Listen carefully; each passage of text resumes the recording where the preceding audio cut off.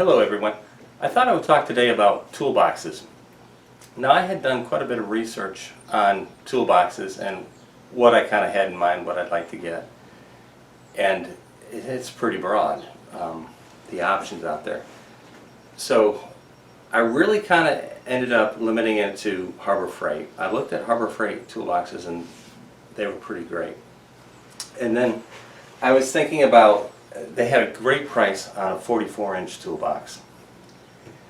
And then I was thinking about, my style of work. I can't stand working on something, then having to go to a tool, grab it, go back to it. And so I said, well, I'd like to get a tool cart. And again, Harbor Freight sells an excellent tool cart. It's a 5-drawer tool cart at a great price. It's a little over $200 now, but every now and then they'll run a sale for $189. So it's a great toolbox, great price, tons of reviews on YouTube, and it does what I wanted. It would bring it right up to whatever I'm working on, a lawnmower, a car, or what have you. So I was going to buy that. And then I started listening to some people's reviews, and even though they were extremely positive on the tool cart, some of the problems that they had were that pry bars and that kind of thing, their handles were too tall to close the lid on. Another thing was it's 5 drawers, but it's only, at the top of it, the bottom is open, and they said they wished that all the drawers had gone down to the base of the unit, and that it really just became a junk drawer and hard to access. You'd have to get down and rummage through it. They wish they had drawers that, again, extended all the way down. And I started watching Flat Rate Masters channel, 50S Kids channel, and the recurring theme was that even though I don't have a lot of mechanic tools, because primarily I'd like to play with small engines, but you quickly outgrow the Harbor Freight cart. Even though it's a great cart again, it seems like it's too small fast. And so I was like, oh man. And what everybody was talking about was a technician cart, and they're expensive. Okay, if you look at them, now we're talking tool truck stuff, Matco,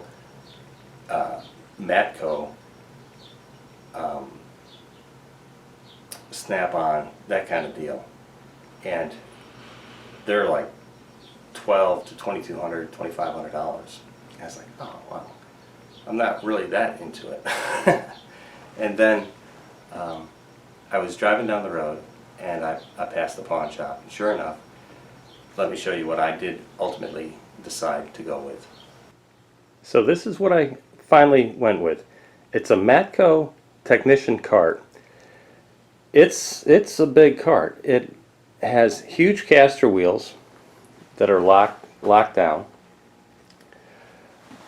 It's a split top, and I really like the split top concept where everybody for some reason likes these flip tops, but if you put anything on the flip top, you have to clear it before you can gain access into the top of the box.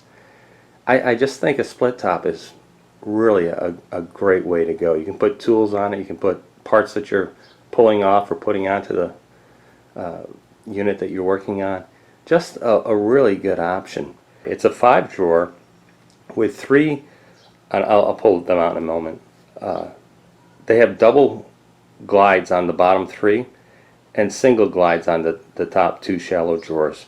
This thing holds a tremendous amount of tools, and you just pull it right up to whatever you're working on, so you're never doing this back and forth thing. It's really a great concept.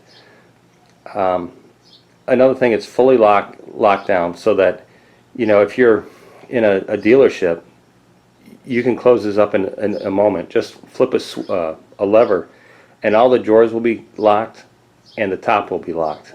I'll show you that in a moment too. At the house, not so much a concern. One other side note there, I put a Harbor Freight magnetic glove box there. Kind of handy. So and it has a heavy duty handle to roll around. Let me just show you what we got going on here.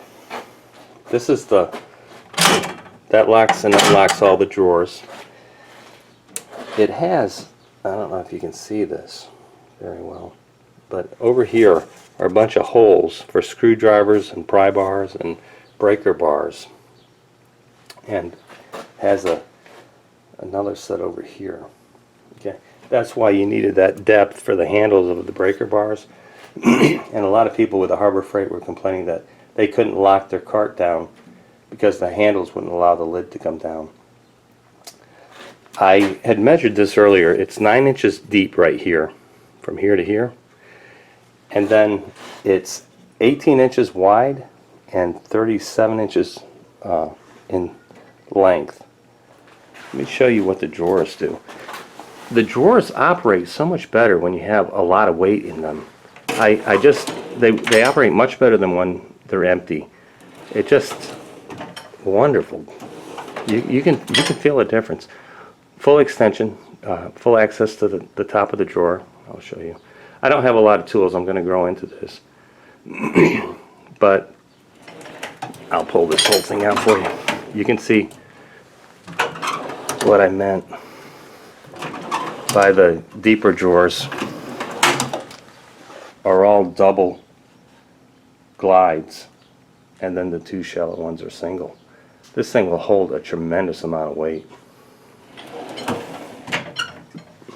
Look how much room is on those drawers. Just to give you an idea.